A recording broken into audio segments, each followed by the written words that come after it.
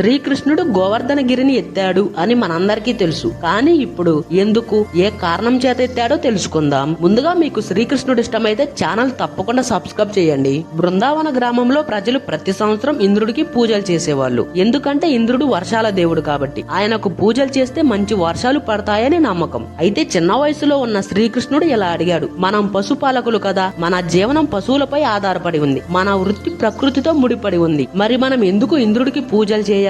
మనకు సహాయం చేస్తున్న ప్రకృతిని, గోవర్ధన పర్వతాన్ని పూజిద్దాం అంటాడు. ప్రజలు కృష్ణుడి మాట విని ఇంద్రుడికి పూజలు ఆపేస్తారు. దీంతో ఇంద్రుడికి అవమానంగా అనిపించి అతను కోపంతో మబ్బులు కూరిపెట్టి భారీ వర్షాలు, పిడుగులతో బృందావనాన్ని ముంచెత్తుతాడు. అప్పుడు శ్రీకృష్ణుడు ఒకే ఒక్క వేలితో గోవర్ధనగిరిని లేపి పశువులు, ప్రజలందరినీ కాపాడతాడు. 7 రోజులు 7 రాత్రులు ప్రజలంతా ఆ కొండ కింద సురక్షితంగా ఉంటారు. ప్రజల రక్షణ, ప్రకృతి గౌరవం, అహంకారాన్ని తగ్గించడం, ఇవి గోవర్ధనగిరిని ఎత్తిన శ్రీకృష్ణుడి యొక్క ముఖ్య లక్ష్యాలు.